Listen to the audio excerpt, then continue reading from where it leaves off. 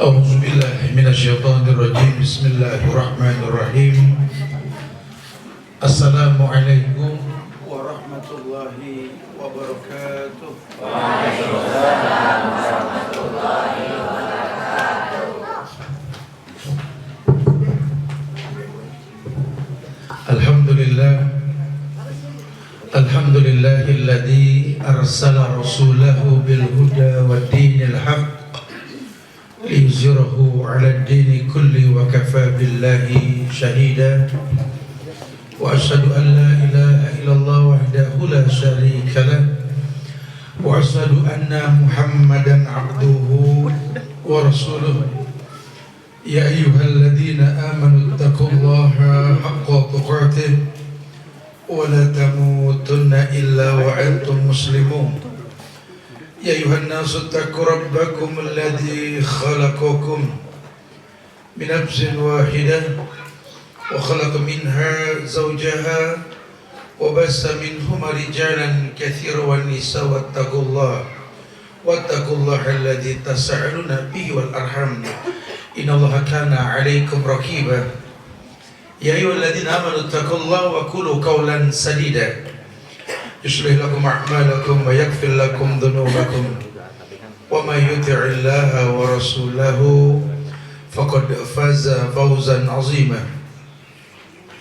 Amma ba'du, fa inna asdaqal hadis kitabullah wa khairal huda huda Muhammadin sallallahu alaihi wasallam wa syarrul umuri muhdatsatuha wa kullu muhdatsatin bid'ah wa kullu bid'atin dhalalah wa kullu dhalalatin finnar.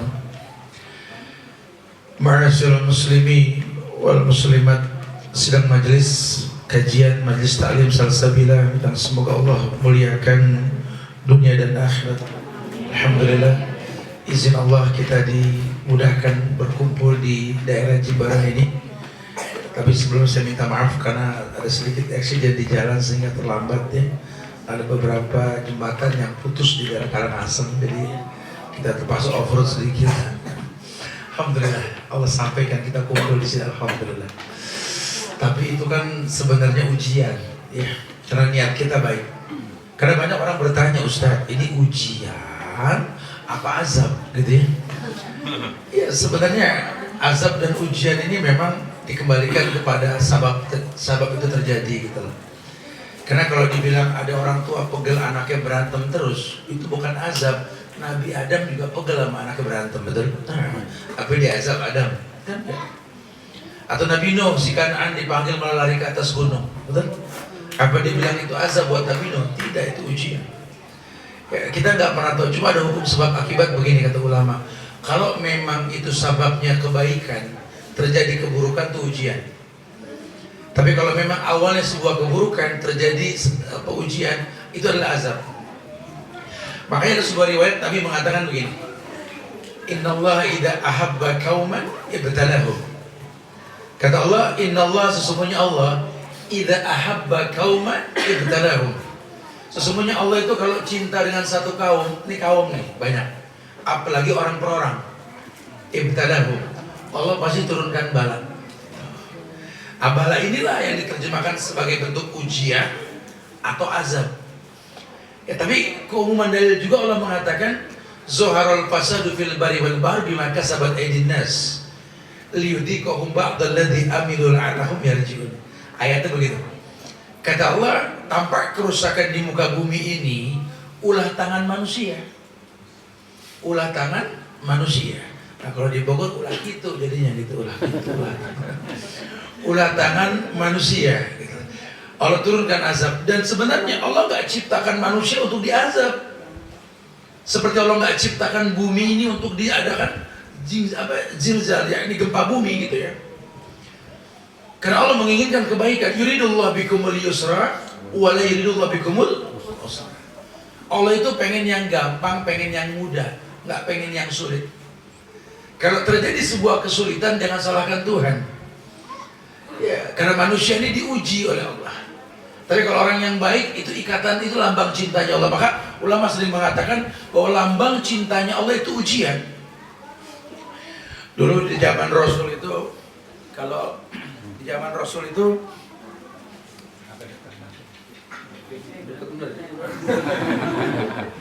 baterainya biasa di baterai.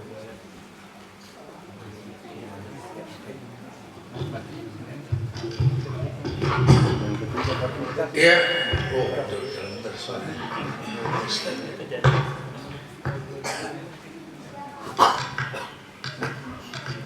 Bismillah. Iya. Dikatakan bahwa dulu di zaman Rasul kalau orang merasakan kenikmatan tak ada berujung pada keburukan, para sahabat gitu ya. Kok hidup gampang-gampang aja nih, ini bisa itu bisa, gak ada ujian gitu ya. Mereka datang ke Rasulullah sambil mengatakan, ya Rasulullah, atarkani Allah. Ya Rasulullah, atarkani Allah. Apakah Allah meninggalkan kita ya Rasulullah? Ya. Jadi mereka sangat unik, sangat aneh. Mereka merasakan kok hidup gampang-gampang aja. Sementara yang dia pahami dari Nabi itu kan hidup ini berpindah dari satu ujian ke ujiannya. Sampai Ibnu Qayyim mengatakan, wa malijurhim bimaitin ilam. Orang itu kalau masih dicubit sakit masih diuji gitu. Kita kalau bangun tidur coba dah bangun tidurnya melek alhamdulillahilladzi ahyana ba'da ma amatana. Oh ini cubit kalau masih sakit tuh siap diuji hari itu. Tapi kalau kita habis baca doa kita cubit ke Baal tuh. Broadcast dah buru-buru minta maaf. Udah lama lagi gitu. Ya, memang begitu manusia. Allah uji manusia. Di surat Al-Ankabut ayat 1 hingga 3 Allah pernah mengatakan Alif Lam Mim ahasiban nasu ayutraku ayyakulu amanna wa hum la yuftanun wa laqad fatana alladziina min qablihim fala ya'lamanna Allahu alladziina shadaqu wa la ya'lamanal kadzibin. Kata Allah, ahasiban nas, apakah manusia mengira ayutraku ayyakulu amanna, kami tinggalkan dia ketika dia merasa beriman tidak diuji. Karena memang banyak orang beranggapan bahwa ketika dia sudah hijrah, dia sudah baik agamanya, kayaknya Allah udah gak uji saya lagi deh, gitu tuh. Ini pemahaman yang salah. Ada teman berkeluh kesah dengan dia, aduh bro, hidup gue nih bingung deh, gue masalah gak beres-beres. Kemarin si Ono, sekarang si kadang aneh begini, aduh bingung deh. Temennya bilang, dulu juga aneh kayak ente begini, makanya ngaji. Dulu anak waktu belum ngaji, wah ruwet hidup. Ada aja ujian. Alhamdulillah nih sekarang udah ngaji. Terus ujian gimana? Ya masih. Orang suka beranggapan gitu kan. Kalau udah ngaji udah gak diuji. Aduh.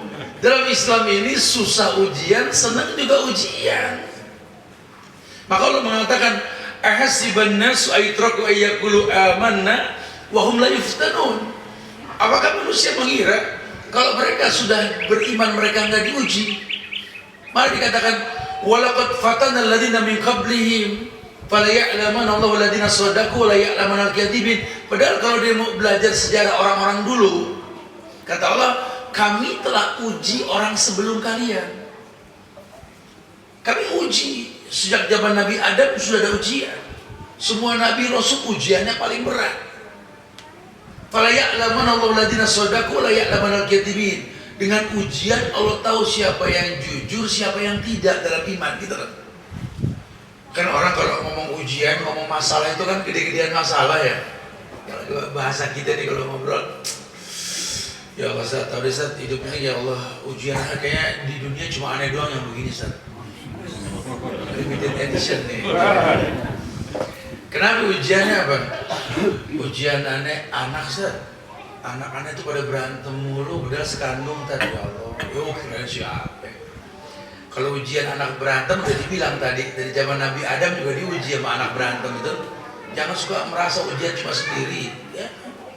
Oh kalau aneh sih alhamdulillah Ustaz, anak sih akur-akur, antar saudara akur kan.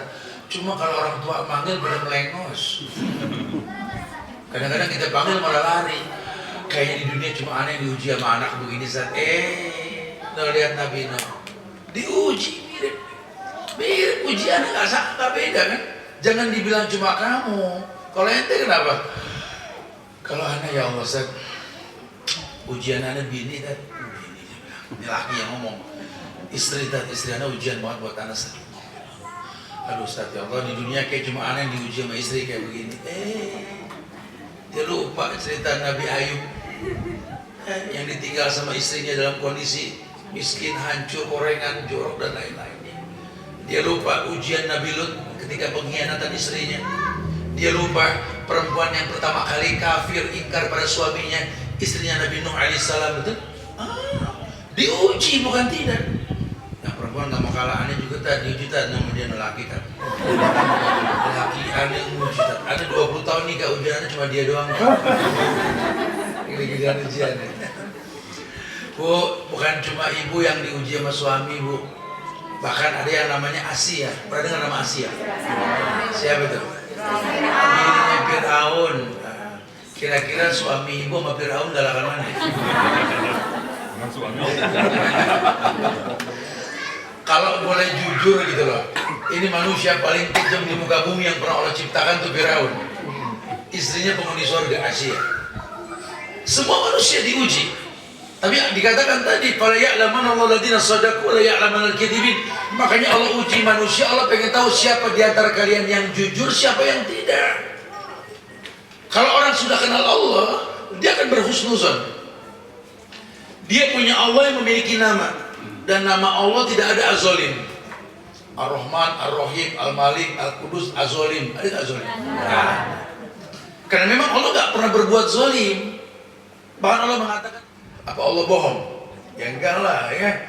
Hingga kalau nanti ternyata kita berat mengalami ujian tersebut, jangan salahkan Tuhan. Contoh paling gampang, Allah turunkan hujan di sebuah tempat.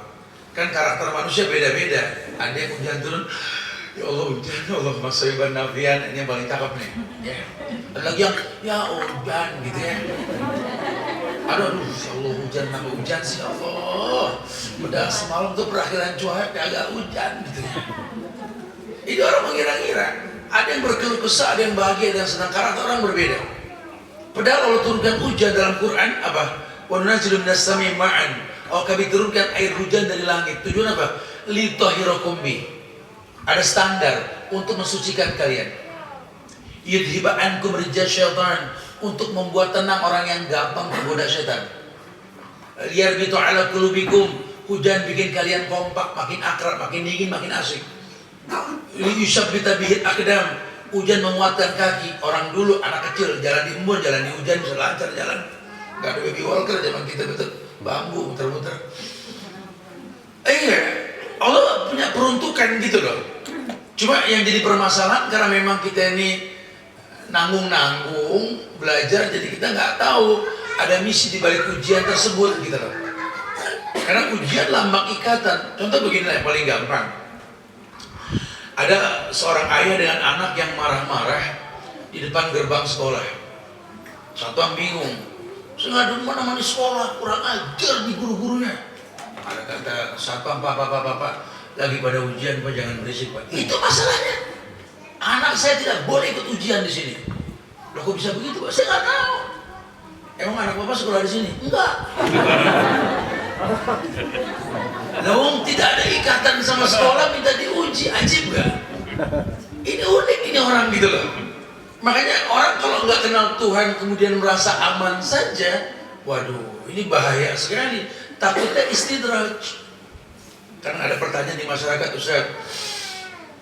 Saya ini kadang-kadang mungkin karena saya baru hijrah kali Ustaz, ya, saya suka bingung. Bingung kenapa? Kalau boleh jujur Ustaz, itu teman saya, ditunjuk teman. Kenapa? Saya sama dia berani adu sholat, banyakkan saya. Iya, kalau bicara agama kayaknya saya nggak nyambung nih, cakapan saya sama dia. Doa aja jangan, kata dia. Saya mau Ustaz, banyakkan saya doanya. Ini bahasa sehari-hari ya. Tapi yang bikin saya heran, ini teman saya sholatnya jarang, doa boro-boro, hidupnya lancar-lancar aja. Aneh malah yang tar-tar sholat, kadang-kadang bingung sholat apa lagi ya, jadi banyak yang doa gitu kan. Tapi kok hidup kayaknya astagfirullah. mau teman saya Tat jarang sholat Tat, Masya Allah Tat, lancar rezekinya Tat. Kata Ustaz, harus tahu lancar dari mana? Rumahnya sebulan 4 kali ganti warna Tat. Itu jangan curiga, kali dia agen cat kita nggak tahu kan. Sudah curiga sama orang, heran berhusnuzon sih. Mobil tatar ganti-ganti, emang dagang mobil, ya, tapi sudahlah ya, pasti memang ini orang kelihatan enak-enak saja Ustaz. Yang Anda dengar sih, Nabi pernah bilang begini, ya idza ra'aitallah yu'til 'abda minad dunya ma yuhibbu wa huwa muqimun 'ala ma'asihi fadzalika istidraj. Yang Anda dengar gini, Nabi dulu pernah ngomong, idza ra'aitallah yu'til 'abda, kalau kamu ngelihat Allah memberikan nikmat pada diri seorang hamba, ya sementara kamu pengen dapat tapi nggak dapat dari Allah. Ini orang nggak pernah minta malah keturutan, dan dia stay dalam kemaksiatan, tidak pernah berubah maksiat. Ya, katakan istidraj. Itu istidraj. Ya, itu selain dari Allah. Karena dalam Islam ini pertolongan itu dua. Yang pertama al-ma'unah, yang kedua istidraj. Nah kalau al-ma'unah ini didapat dengan cara isti'anah, wasta'inu bisobri wassalah, suruh minta tolong dengan sabar dan salat. Kamu sabar hadapin ujian, gak usah mundur, rezeki Allah yang ngatur, badai pasti berlalu, jalan aja terus. Fa idza azamta fatawakkal 'ala Allah. Kalau sudah bulat tekad jalan gitu ya, sabar sambil sholat, minta tolong sama Allah, bertawasul dengan sholat, begitu. Itu namanya isti'anah. Nah, selesai ujian beda rasa. Kenapa? Orang kalau namanya al-ma'unah makin sukses, makin dekat sama Allah. Itu al-ma'unah. Tapi kalau yang dibilang istidraj, sudah memang tidak berdoa, tidak sabar, tidak ibadah sama Allah, cuma keturutan. Lihat, makin sukses makin jauh dari Allah. Ya, kelihatannya sukses, cuma lihat sama keluarga udah jarang ketemu. Orang tua panjang mata depan pintu gerbang, pengen ngelihat anak yang pernah dia doakan, gak pernah nongol-nongol. Makin jauh dari masyarakat, makin jauh dari orang-orang yang layak untuk dibantu. Hidupnya gersang dan bodoh sekali. Orang kalau sekolah tinggi-tinggi cuma buat naklukin dunia, dapat harta, terus simpen di bank, emang mati ke bawah itu. Bodoh sekali ini orang. Dia berakidah seperti Qarun yang berpendapat itu ala ilmin indi, yang saya punya ini karena kepintaran saya. Itu Qarun. Oh, saya beli rumah ini karena duit saya. Duit saya, duit Allah. Saya dari mana teh? Saya beli mobil motor ke uang saya. Iya, tapi itu uang Allah. Karena nanti kamu pun tidak akan pernah bawa itu. Emang kita meninggal bawa sertifikat? Rumah itu gede banget, barang macam-macam, sertifikat, BPKB, SNK, kelas. Dunia ini cuma survive kita. Makanya kita jangan lupa, dunia cuma titipan, dunia cuma transit. Makanya Nabi bilang sama Abdullah bin Umar. Tahu Abdullah bin Umar siapa? Abdullah bin Umar, anak Umar. Abdullah bin Umar ini sahabat Nabi yang terkenal cerdas.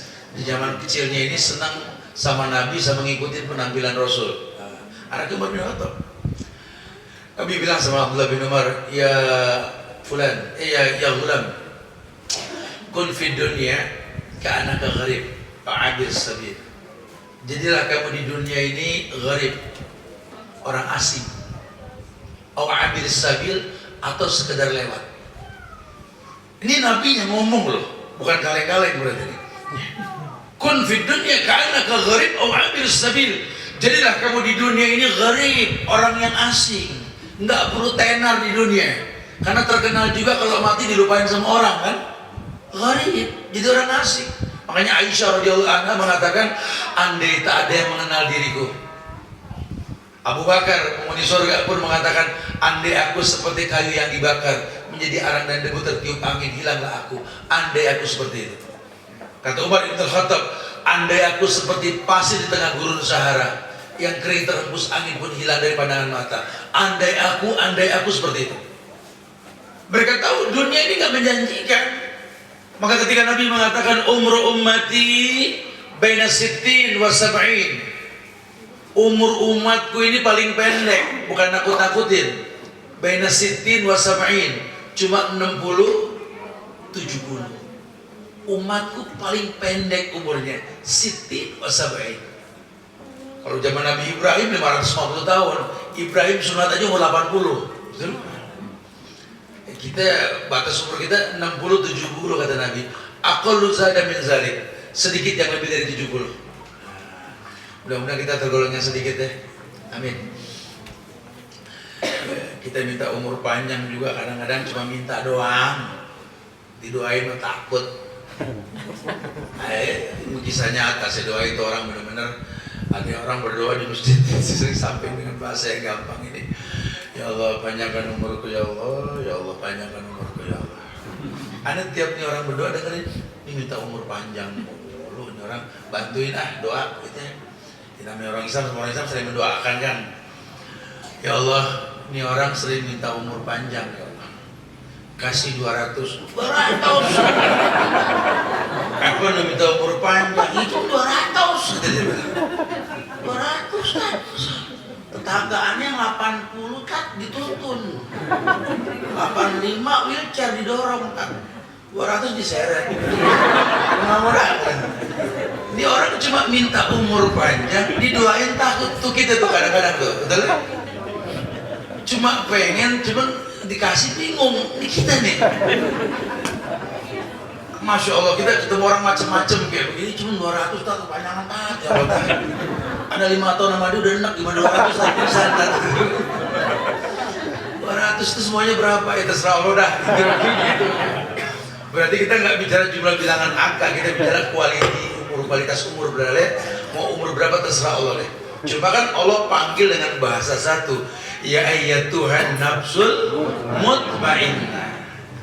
Wahai jiwa-jiwa yang tenang. Allah nggak bilang ya ayyatuhan nafsul tawilul umur, tapi mutmainnah, wahai jiwa-jiwa yang tenang. Siapa yang jiwanya tenang? Si kaya yang bersyukur, si miskin yang bersabar. Itu yang jiwanya tenang. Iya kaya nggak sombong lah, mau dititipin sama Allah. Kurang apa Sulaiman alaihissalam, kayanya Sulaiman. Kita mah nggak ada sujud kukunya Sulaiman. Nabi Sulaiman, masya Allah, dia bisa bikin istana lebih cepat dari kedipan mata. Ya saking kayanya Sulaiman, karena dia bisa bayar mandor, bangunannya hibrid. Hibrid jadi mandor Sulaiman. Kaya, orang makin kaya makin cepat ngebangun kan. Materialnya gampang, yang kerja banyak gitu. Nah Sulaiman saking kayanya bisa lebih cepat dari kedipan mata dia bangun istana. Dalam istananya itu ada namanya Taman Firdaus. Di Taman Firdaus itu wow, hikayat menjelaskan bahwa pasir batuan yang diinjak di taman tersebut itu berlian, permata, yakut, merah delima, bacan, yang kita pakai satu, sombongnya satu komplek. Taman Sulaiman diinjak-injak. Sulaiman kaya. Tapi ketika dipuji tentang kekayaan, dia bilang apa? Hadza min fadli Rabbi. Hadza min fadli Rabbi. Ini semua adalah titipan Allah. Cuma titipan, karunia Allah. Liyabluwani, diuji. Karena dia tahu ada selesainya. Dan Sulaiman yang kaya pun mati kan. Kalau bukan karena rayap yang makan tongkatnya, orang nggak ada yang tahu Sulaiman mati. Sulaiman orang kaya pun mati. Dia sadar diri ini ujian. Makanya dia nggak terkecoh dengan fitnah dunia. Nah dikumpulkan di zaman Rasul itu dengan doa Nabi yang dirutinkan. Nabi selalu baca doa ini. Yang orang sekarang kalau dengar itu doa, saya yakin nggak berani mengulang doa tersebut gitu loh. Doa Nabi yang sering Nabi baca nih ya. Saya yang mau ngaminin juga boleh. Kata Nabi, Allahumma ahyini miskinan wa amitni miskinan wa khsurni ma'a jumratal masakin. Anda terjemahin. Yang mau ngaminin apa ya? Doa Nabi nih. Allahumma ahyini miskinan, ya Allah, hidupkan aku dalam keadaan miskin. Amin. Wa amitni miskinan, wafatkan aku dalam keadaan miskin. Amin. Waksurni ma'jumratal masakin, bangkitkan aku bersama orang-orang miskin. Ustaz bilang amin ya. Karena memang target doa kita bukan itu. Ini permasalahan kita di sini. Ya, jadi apa ya? Kita punya masalah yang kadang-kadang kita nggak berasa itu masalah buat kita. Kita orang yang suka mengatur Tuhan. Kita kenal Tuhan, enggak tapi mengatur Tuhan. Doa kita tuh mengkhususkan, ya Allah, berikan rezeki ya Allah, ini bulan 10 juta aja deh. Ya Allah, lihatlah aku. Ya Allah, dengarkanlah aku. Ya Allah, pahamilah aku. Tuh kita. Sehingga acap kali kita menjadi orang-orang yang mengatur Tuhan. Padahal ya Allah, kalau kita belajar secara mendetail tentang sebuah riwayat, dikatakan bahwa ketika bayi berusia 4 bulan, 40 hari yang ketiga, kata Nabi, yursalu alaihil malak, diutuslah malaikat. Bikat birizki wa ajalihi wa amalihi sakiyun aw sa'idun. Ketika bayi berusia 4 bulan, ya 40 hari yang ketiga, ditentukan takdir dalam kandungan tersebut. Diutus malaikat menghembuskan nyawa, ditetapkan 4 ketetapan. Bikat birizki, ditetapkan rezekinya. Wa ajalihi, ajal kematiannya. Wa amalihi, pekerjaannya. Sakiyun au sa'idun, tertolong atau tidak, Allah telah tentukan takdir manusia ketika berusia 4 bulan dalam kandungan. Ya, kalau penetapan takdir secara umum 50.000 sebelum tercipta langit dan bumi, cuma diletakkan takdir tersebut dalam kandungan ketika nyawa dihembuskan dalam badan seorang bayi. Makanya kalau bayi sudah usia 4 bulan hidup, ya kemudian mati dalam kandungan, akan dimakamkan seperti orang hidup layaknya, dimandikan, disolatkan, dikafankan, disolatkan, dikuburkan gitu ya. Tapi kalau belum usia 4 bulan enggak, karena belum bernyawa. Ditentukan, takdirnya ditentukan. Nah, sampai Nabi mengatakan ada orang yang selangkah lagi dia masuk neraka, cuma takdir Allah bikin dia masuk surga, Allah selamatkan dia dari neraka. Pun ada orang yang selangkah lagi masuk surga, Allah pengen dia masuk neraka, Allah jadikan dia penghuni neraka. Itu masyiatnya Allah. Makanya kita nggak boleh jadi hakim buat agama orang lain. Ustaz, di teman saya kayaknya sih udah nggak bakal kebagian surga dah. Jangan suka begitu. Iya Dad, dosanya bejibun Dad, kadang nyambut Dad sama dia Dad. Oh, Allah paling marah tuh. Kita menganggapnya orang kayaknya nggak bakal baik. Ntar dulu ya, Allah marah. Dulu ada yang bilang begitu, wah ini orang udah kebanyakan dosa nih, kayaknya nggak bakal diampunin sama Allah nih. Ada yang berkata begitu. Ada hadis qudsi Allah mengatakan, man dzalladzi yata'ala alayya alla yaghfira li fulan fa inni qad ghafartu lahu akhbattu amalak. Siapa orang yang menganggap aku tidak mengampunkan si fulan. Ketika kau menganggap aku tidak mengampunkan si fulan, saat itu ku ampunkan dia, ku batalkan semua kebaikanmu. Kita nggak boleh jadi hakim buat agama orang lain. Orang masih hidup masih bisa berubah. Makanya kalau tuh orang muji kita, ini lambang cinta sebenarnya. Harusnya kita berhusnuzon. Karena ya Allah, kadang-kadang kita nggak paham ya. Ketika Ibnu Qayyim menyusun 4 penyebab cinta yang dimiliki oleh seorang hamba. Jadi ada penyebab cinta. Cinta itu nggak mungkin terjadi kecuali 4 hal dilakukan. Ya. Yang pertama, orang bisa mencintai sesuatu itu karena berilmu dengan yang dicintai. Yang kedua, ilmu itu mendatangkan keyakinan. Dia bisa cinta karena dia yakin. Walaupun dengan tahapan ilmu yakin, ainul yakin, hakul yakin. Yang ketiga, orang bisa mencintai seseorang karena ikhlas.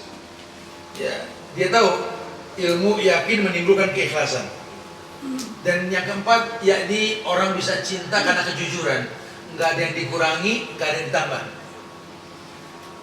Bahkan kalau kita boleh jujur, kalau pengen tahu cinta yang sejati, lihat cinta seorang ibu pada anaknya. Makin anak punya kekurangan, makin kesebut di ujung lidahnya. Ya, kita suka komplain nih kalau dalam keluarga anak banyak nih, mama kita condong sama 1 orang saja gitu. Anak banyak bukan cuma abang doang mama dia lagi. Kita kan jadi ngiri, suka gitu ya. Ya itu sudah lumrah lah.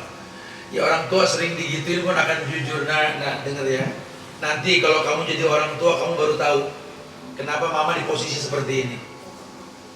Kalian ini cukup diisyaratkan saja paham. Diam, kalian paham. Tapi yang satu ini abang kalian, jangan kata shoot, 4 rotan pun belum tobat dia. Sehingga kalau anak punya masalah, orang tua pasti ingat yang punya masalah. Itu insting seseorang, karena merasa terpanggil. Makanya sering disimpulkan sama ulama, hakikat cinta yang sejati itu ketika kita bisa mencintai seseorang karena kekurangannya, bukan karena kelebihannya.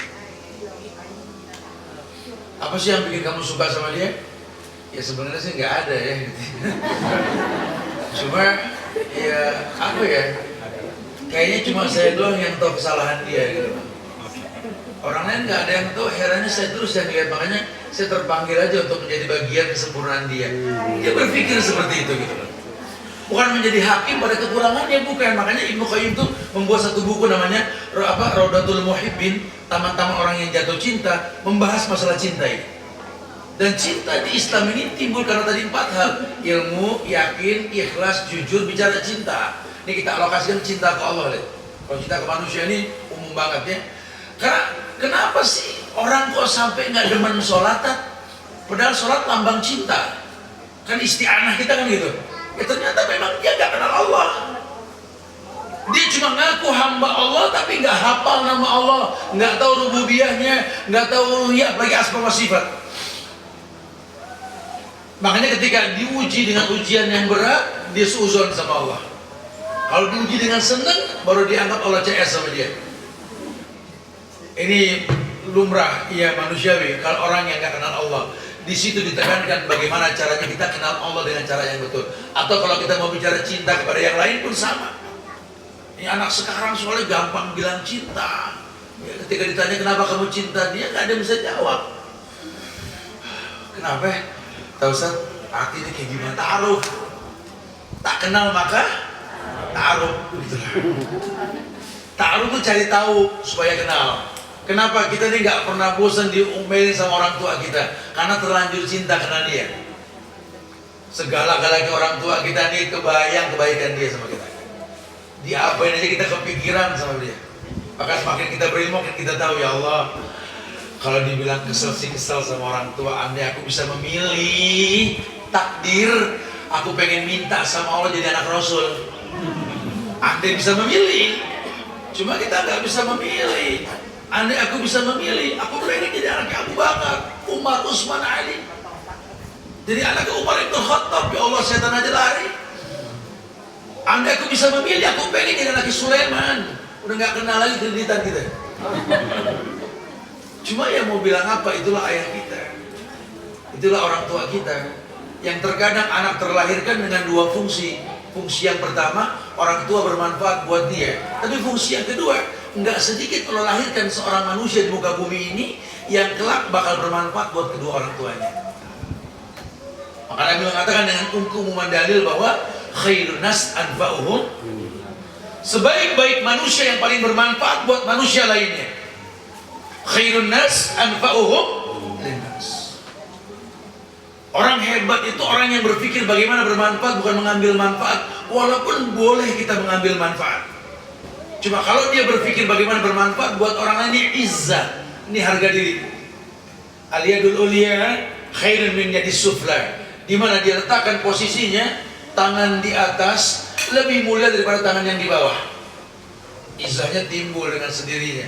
Masya Allah. Dia rasakan ujian-ujian yang Allah ujikan, dia lihat ke bawah, masih banyak orang yang lebih berat ujiannya.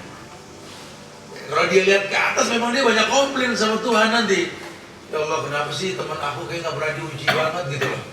Aku, ya Allah, ini berkeluh kesah. Coba kenali Allah dengan benar.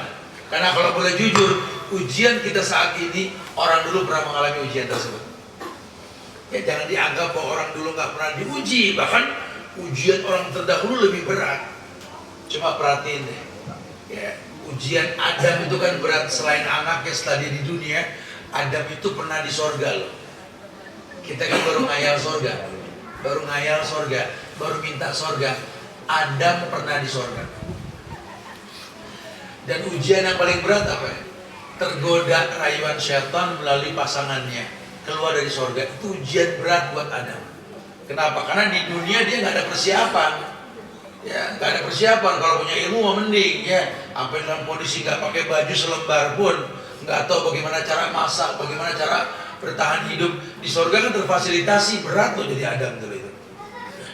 Nah, Adam nggak merengek sama Allah, minta dibalikin ke surga. Kalau kita di posisi Adam, standar doa kita apa kira-kira? Ya Allah, kembalikan aku ke surga. Standar ya? Pastilah ya, kita mesti doa gitu. Ya Allah, adkhilnil jannah maratan ukhra. Ya Allah, masukkan aku ke surga sekali lagi. Ya Allah, itu standar kita. Ya tapi tidak. Adam hanya mengatakan apa?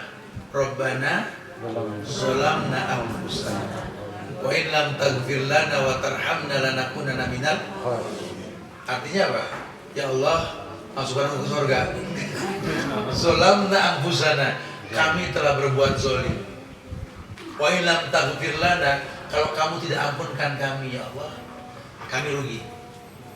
Dia berdoa sama Allah minta ampun. Kenapa? Karena memang kesalahan itu dia yang berbuat. Keburukan terjadi bukan karena kezaliman Tuhan. Nabi Allah Yunus alaihissalam, Yunus pernah cerita Yunus yang terjebak dalam 3 kegelapan. Gelapnya malam, gelapnya lautan, gelapnya perut ikan. Berat jadi Yunus, berat banget ini. Kita kalau di posisi Nabi Yunus juga berat ini. Ya. Demi Allah, Yunus ditelan ikan masuk ke dalam lautan yang gelap di tengah malam yang gulita. Dan kalau kita di posisi Nabi Yunus, kira-kira apa yang kita minta sama Allah? Akhrijni min batnil hut, keluarkan aku dari perut ikan ya Allah. Itu standar yang kita minta ya, karena kita biasa begitu kan. Kalau nyasar, ya Allah mudah-mudahan ketemu jalan. Lagi susah, ya Allah gampangin rezeki. Lagi sakit, ya Allah sehatin. Ini standar manusia. Nah Yunus ditelan ikan, tapi dia nggak minta keluar dari perut ikan, karena dia tahu Allah nggak bodoh. Allah nggak ciptakan manusia buat hidup di perut ikan. Kalau sampai dia mengalami sesuatu yang nggak mungkin, hidup di perut ikan, ini ada masalah. Ada masalah. Maka dia sadar kesalahan dia, meninggalkan kaumnya kan. Disitulah dia berdoa sama Allah apa? La ilaha illa anta subhanaka inni kuntu. Apa artinya? Ya Allah, keluarkan aku dari perut ikan. Itu istighfar. La ilaha illa anta, tidak ada ilah yang berhak diibadahi dengan benar kecuali Engkau ya Allah. Ini sesungguhnya aku kuntu minaz zalimin, tergolong orang yang zalim. Makanya berkait dengan ayat tadi, zuharul fasadu fil bari wal bahri bima kasabat aydin nas liyudhiqahum ba'dalladzi amilu la'allahum yarji'un. Itu kata Allah. Tampak kerusakan di muka bumi ini, angin puting beliung, badai, lautan pun naik, gonjangan di bumi, kena gempa dan lainnya. Wallah, ulah tangan manusia sendiri. Bahkan di zaman Khalifah Umar bin Khattab, ketika terjadi gempa di Madinah, ya, kata Umar kepada kaumnya, kalau terjadi gempa susulan, musnahkan kalian semua. Kenapa? Karena terjadinya ini karena kemaksiatan yang kalian lakukan. Ya, kalau di negeri kafir, ya terjadi gempa bumi, bencana alam, ya ulama mengatakan bukan bentuk azab, ya karena memang ditunda untuk itu. Tapi kalau di tempat orang yang mayoritas Islam berbuat maksiat, Allah turunkan azab. Jangan suka heran ya. Kalau kita pikir-pikir saat itu negeri yang non Muslim juga, apa namanya? Aman-aman aja sebenarnya sih, memang lagi kena bencana alam aja saat ya begitu. Bahasa kita kan begitu. Padahal kalau kita buka kitab banyak sekali penyebab datangnya bencana. Nah, ini solusinya istighfar. Banyak memohon ampun kepada Allah. Nah, ujian yang kita rasakan dalam kehidupan, dulu kita sukses, kita makmur, sekarang kita jatuh sejatuh-jatuhnya. Ya, kita lupa diri, padahal Allah pengen kamu kembali ke jalan yang benar. Ya, lain hal sih kalau memang basicnya memang sudah orang nggak baik, ya nggak pernah sholat, nggak pernah ngaji, statusnya muslim, gitu ya. Tapi hidupnya aman-aman aja, kayak nggak ada ujian. Namanya hidup kadang di atas, kadang di bawah. Satu waktu jatuh sejatuh-jatuhnya, baru mulai dekat sama Allah, baru mulai berdoa, ya Allah, jauhkanlah ujian dariku ya Allah, gitu ya. Kata yang mendengar ujian dari mana? Azab ente. Ya. Lawang ibadah enggak sama Allah, ngaji boro-boro, sholat aja enggak, dibilang diuji sama Allah turunkan azab dan bala. Tapi rahmat rahimnya Allah ini, liyudhiqahum ba'dalladzi amilu la'allahum yarji'un. Allah turunkan supaya kalian kembali ke jalan yang benar. Bermuhasabah diri. Kalau bahasa Rasul itu hasibu qabla an tuhasabu. Hisab dirimu sebelum dihisab sama Allah. Atau kalau bahasa Nabi yang lainnya, aslih nafsa yasluh lakan nas. Kritisi dirimu, orang lain terkritisi dengan sendirinya. Jangan kamu salahkan orang kalau terjadi keburukan. Mungkin kau yang membuat keburukan sehingga terjadinya azab yang Allah turunkan kepada kita. Masya Allah. Ya, inti yang kita tekankan dalam bahasan ini, kita pengen berdialog lebih panjang bahasa nanti, bahwa Allah uji manusia sebagai bentuk lambang cintanya Allah. Karena sifat Allah yang Rahman, Ar-Rahim. Makanya orang kalau sudah kenal Allah akan tahu sekali. Ya, bahkan dalam sebuah riwayat dikatakan manisnya iman, manisnya kehidupan dalam beragama ini bisa dirasa dengan sabab. Kata Nabi, salasun, ada 3 hal, man kunna fihi wajada halawatal iman. Ada 3 hal yang orang bisa merasakan manisnya iman. Jadi istilah kata manis iman ini agama ringan, hidup enteng, gitu ya. 3 hal orang bisa merasakan halawatal iman, manisnya iman. Yang pertama, ayakunallah wa rasuluhu ahabba ilaihi mimman siwahuma. Tolong, jangan komplain sama ujian. Yang terpenting apa? Hendaklah Allah dan Rasulnya lebih utama dalam hidupmu. Ayo, Allah nggak peduli kamu mau jadi pejabat, pengusaha, ya, atau orang yang berpangkat, Allah nggak peduli. Tapi yang penting kalau azan berkumandang, sholat. Karena Allah ciptakan kamu buat itu, bukan buat yang lain. Wa ma khalaqtul jinna wal insa illa liya'budun. Tidaklah kuciptakan jin dan manusia kecuali untuk beribadah. Jangan berubah fungsi nih. Ya. Itu muazzin panggil hayyalas shalat, bukan main-main. Bukan panggilan muazzin, panggilan Allah. Hayyalal falah. Mari kita sholat, mari kita sukses. Ukuran suksesmu ya sholat. Kalau kamu dulu belum sukses sholat kamu gampang, udah sukses kau lupa sholat, ini masalah. Temannya bilang sama mendingan dia yang dulu tadi waktu belum sukses.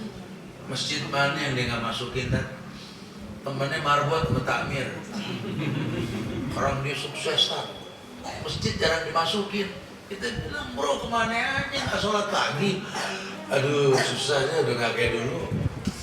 Dulu banyak waktu kosong, kita bisa kemana aja, sekarang susah. Ya, Anda sih yakin Allah juga paham lah. Kita dipahamin Tuhan. Kita dipahamin Tuhan, dan bahaya betul dong.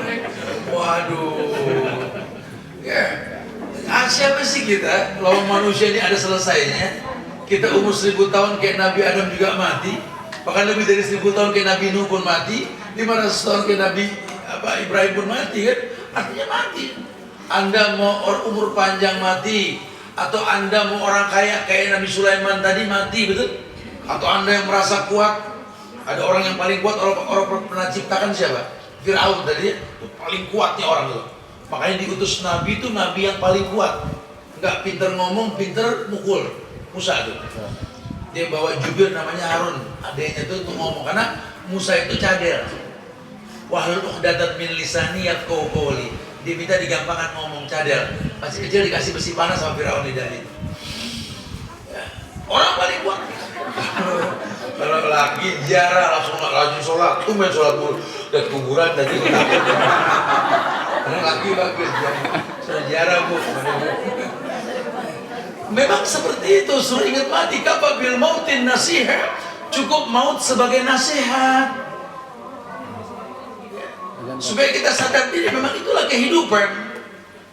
Liyabluwani asyqa makfur. Aku cuma pengen lihat siapa yang bersyukur, siapa yang terjawab dengan perbuatan kufur. Au fala ya'lamanna Allahu alladziina shadaqu wa la ya'lamanna al-kadzibin.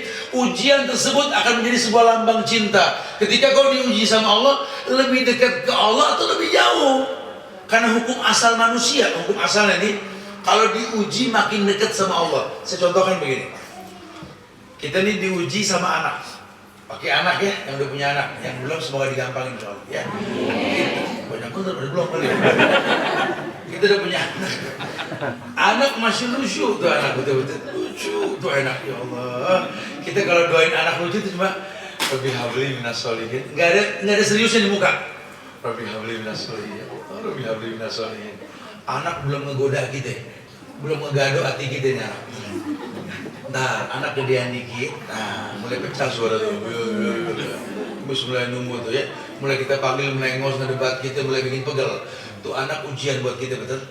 Nah, lihat doa kita mulai berubah tadinya, Rabbi habli minas sholihin, sekarang Rabbi habli minas sholihin, minas sholihin, minas sholihin. Aduh, tahu nih pegel sama anak. Kita punya orang tua kita zaman kita masih anak-anak, tuh orang tua kita masih muda, 20-30 tahun yang lalu orang tua kita ya. Nah doa-doa kita sebagai anak-anak saat itu dengan polosnya Abifri, ayo warhamullah kama rabbayani shaghira gitu ya, karena kecil kan doa kita kan. Itu orang tua kita belum menggoda kita. Sekarang dia sudah tua. Ayah kita, ibu kita, bukan ayah ibu yang 20 tahun yang lalu. Sudah tua mereka. Mulai bikin pegel. Nggak akur sama mantu, ribut sama cucu, semua salah, yang itu cuma dia, mbak gonta ganti, balik apa kerja di situ. Gak usah angkat tangan, Pak. Doa kita mulai, bukan lagi Rabbi habli minas, Rabbi habli wali daya ya Allah. Wali daya. Ini pengalaman babi itu. Yang tadinya Rabbi habli wali sekarang Rabbi habli wali daya. Wali daya. Warahmatullah rabbayani shaghira. Iya, kita waktu awal-awal nikah, dia melihat pasangan senyum sampai lupa doa, betul? Saking seneng dapat pasangan dia. Sekarang dia mulai ngegoda. Ya Allah, ujian saya cuma dia doang saja. Mulai tadinya cuma doa kita, Rabbana hablana min azwajina wa dzurriyyatina qurrata a'yun waj'alna lil muttaqina imama gitu.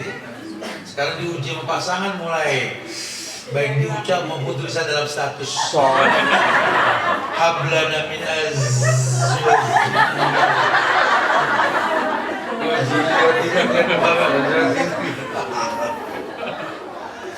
Orang diuji makin khusyuk. Kita kalau nggak diuji nggak nangis dalam doa kita. Kita kalau nggak diuji nggak khusyuk dalam sholat kita. Orang kalau lagi diuji ngaji aja, habis ngaji dicium Quran begini mulu. Kuat ujian dong. Tapi kalau nggak lagi ujian, ngaji selembarnya ngebek belakang. Ya Allah masih lama banget. Dan begitu ya. Makanya kalau ini kita ngomong apa adanya kita bongkar muat ya sekalian ya. Memang begitu ujian hidup. Cuma Allah pengen kita sadar diri. Fala ya'lamanna alladziina shadaqu wa la ya'lamanna al-kadzibin tadi. Ayo jangan terlambat. Siapa yang jujur, siapa yang tidak. Hei, kau tercipta bukan buat komplain sama Tuhan. Karena prasangka burukmu sama Tuhan itu keburukan yang kau rasa. Allah mengatakan, wa dzalikum zannukumul ladzi zanantum bi rabbikum ardakum fa asbahtum minal khasirin. Prasangka burukmu sama Allah itu keburukan yang kau rasa. Jangan suka suuzon sama Allah. Kayaknya Allah nggak demen banget sama aku deh. Emang gitu ya. Kalau Allah nggak demen di stop oksigen selesai. Ingat zaman COVID dulu tabung mahal tuh oksigen. Kalau boleh jujur dari subuh tadi sampai johor sekarang, ada kan yang minta oksigen sama Allah? Nggak ada. Ada kan di sini berdoa tadi pagi, ya Allah berikan aku oksigen, ada nggak? Kalau Allah stop 5 menit, emang enak. Allah kasih yang kita nggak minta, berhusnuzon lah. Karena Allah nggak pernah berbuat zolim. Cuma karena kita nggak kenal Allah, akhirnya kita beranggapan keburukan yang Allah berikan kepada kita. Yuk, jangan sampai kita lupa. Ujian itu lambang cintanya Allah. Ya, untuk lebih mendalami bagaimana lambang cinta, kita berdialog tuh. Sambil menunggu waktu sholat zuhur ya. Atau bagaimana? Sampai pada bahan. Udah masuk sholat. Pada wudhu belum? Kalau pada belum, sebagian wudhu, sebagian nanya. Masih ada waktu, foto silakan. Ya. Ada yang mau ditanyakan, ada yang sampaikan. Foto.